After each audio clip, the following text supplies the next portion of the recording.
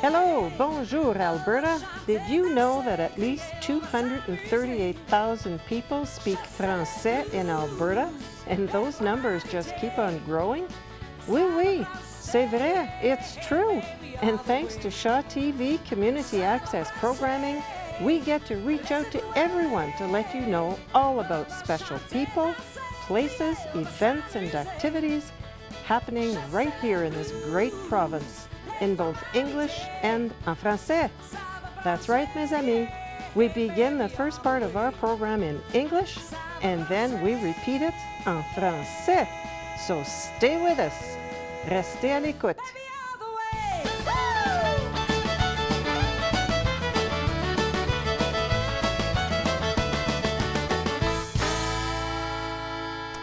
Welcome et bienvenue to Hello, Bonjour, Alberta. I'm Anne Boiteau. And I'm Mark Lalonde. And in today's very hectic world of fast-forward activities and too often overloaded days, who would not like to go on a retreat? So today we are chatting with Estelle Dubé-Parent of CABINE SOLEIL, which is a unique retreat in northern Alberta, close to Cooking Lake, right? Yes. Welcome, Estelle. Thank you. So, Estelle, can you tell us a little bit about yourself, where you're from, and were you born and raised in Alberta?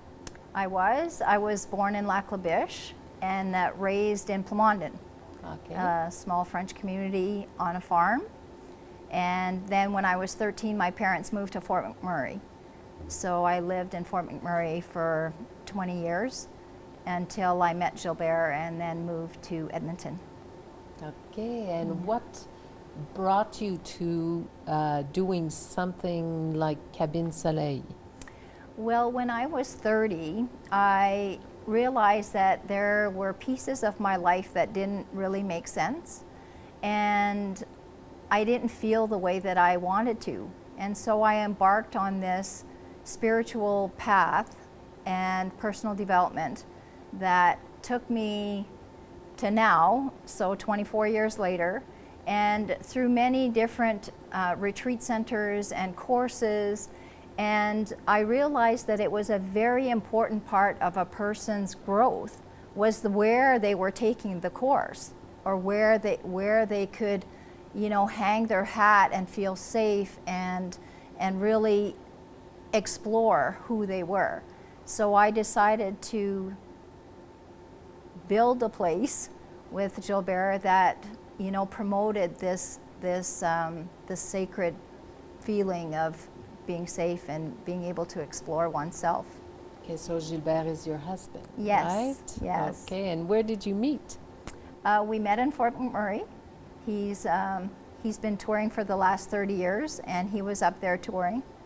And his cousin and my sister were really close friends, and she introduced us.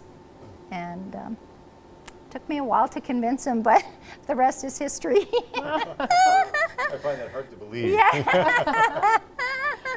That's Yeah. good. So, so you started with a little cabin, Yes. and then have grown since? Yeah, it was actually Gilbert who wanted to find a cabin. And I said, well, you know, go find one.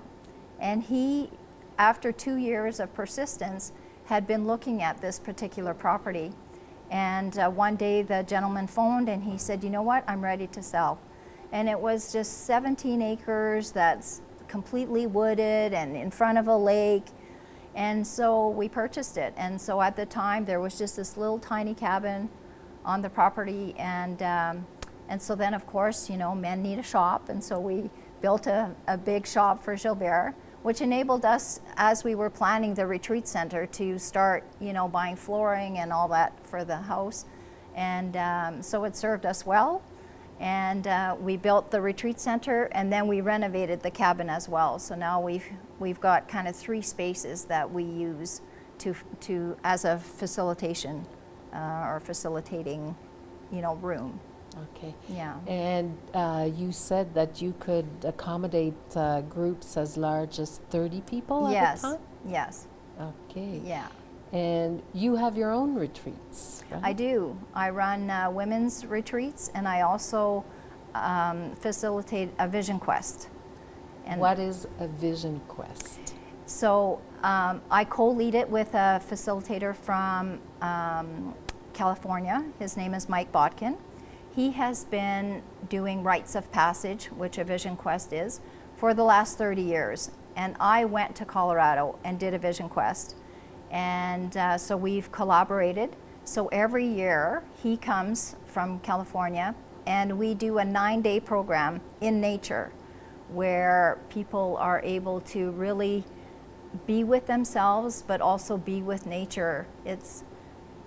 I can only say that I feel it's the only place that a person really can come face to face with themselves and nature, God, spirit, whatever you want to call it, and be able to transform things that are going on.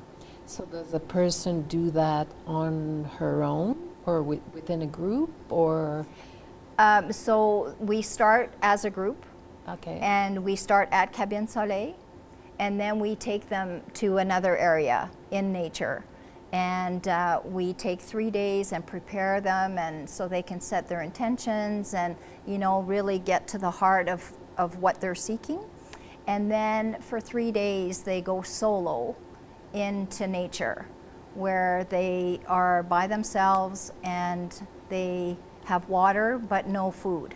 So it again is, a different way of being. We're very distracted with food. Mm-hmm. And so when there's no food, it just kind of helps us deepen into life and what's going on. And then they come back to base camp, and then for 3 days we help them make sense of all of the signs and experiences that they had, and they decipher it, and it's mind-blowing, the transformation that takes place. Very Wow. interesting. Wow. Yeah. It reminds me of university days, no food for 3 days. Yeah. Your mind changes the way you think. That's right. You achieve levels of clarity, or at least you think it's clarity at the time. Exactly. Starving in university is probably not the same thing. Right. I'd like to hear more about the center itself. Okay. Accommodating 30 people, you don't just mean you have a big room that handles 30 people. These people live there. Yes. For a week normally, or how long? How Well, long is it? it depends, what the course is, what the retreat is, but often it's a weekend. But we've had, people up to 6 days stay, for the whole time. So do you have that many individual sleeping rooms, or do people no. sleep in dorms, or? Well, they're not dorms, but there's like maybe sometimes 2 or 3 beds to an area. Uh-huh. Yeah. And you have your own chef Yes. there? Yeah, tell us about that. Yeah. That sounded pretty Yes, interesting. we Very have- unusual chef. Yeah, she's a raw food chef, and so we're very into health as well, and so our meals that are prepared are organic, and being raw just means that we use dehydrators and nothing is cooked, and we have lasagnas and spaghettis and all the things that a person normally would have, but we make it out of vegetables, and it's insane how good it is. Yeah. Sounds like that would be interesting just to go for the food. Right. Yes, Yeah, for cooking sort of classes. sort of like a Or cruise, non-cooking classes. Right. Right. Yeah. Uncooking classes. On cooking classes. That's right. Yeah. Yeah. Oh, very But the property is, it's 17 acres, and it's just nestled like in this. It's by a town, but we're kind of off to the side on our own, and we have a couple dogs, and I just, the lake is right there, and so every morning, every night, you can just go forever and just really experience, who we are in this big world. It's fascinating. Nice and quiet. Yes. Yes. And so you want to take this retreat center or what you do there a bit further. I would Right. eventually, I would eventually like it to be like a multi, several modalities where a person could come and like fully be healed in any physical way, spiritual way, emotional way, mental way. And so they, you know, they could just have this safe place to land and have people that have different skills that could help, you know, kind of put them back together. Yeah. So what kind of things in particular would you Well, I think like nutrition is very important. Yoga, I do psychosomatic, which is just kind of reading the body and injuries. They all mean something. And, you know, massage, herbologist, just, yeah, more of a rounded, a package, yeah. for a person. Yeah, yeah. Really good. And you invite facilitators as well. So you have groups who come with their own facilitator. Right. For a few days. Right. Yeah, and then they teach their own material, but then they have the setting of nature to do it in. And that's what works really well. We also have a sweat lodge on the land, and there's an elder that comes once a month and runs the sweat, and his wife runs the women's sweat. And so it's just another, that also is another modality, you know, that people can heal and find a space that is sacred and helps them go deeper. Mm-hmm. Yeah. And how do people find out about Cabine Soleil? Well, it's mostly word of mouth, and we do have a website. And a couple years ago, I started a non-for-profit organization that's I'm just kind of developing. So we've had a couple music festivals in the last couple years to just bring awareness, and it's called The Hero's Journey. And that's pretty much what I feel the personal development is. You really need to be a hero in order to, you know, want to go deep. And so, yeah, so it's just through the website, Cabine Soleil, and word of mouth. It sounds to me like you have integrated a lot of elements of First Nations and Métis culture into the whole environment. Yeah, I'm very attracted to that, to their spirituality, and apparently in my lifeline somewhere, you know, there's some of that in our blood. It just makes the most sense to me. It really resonates with me.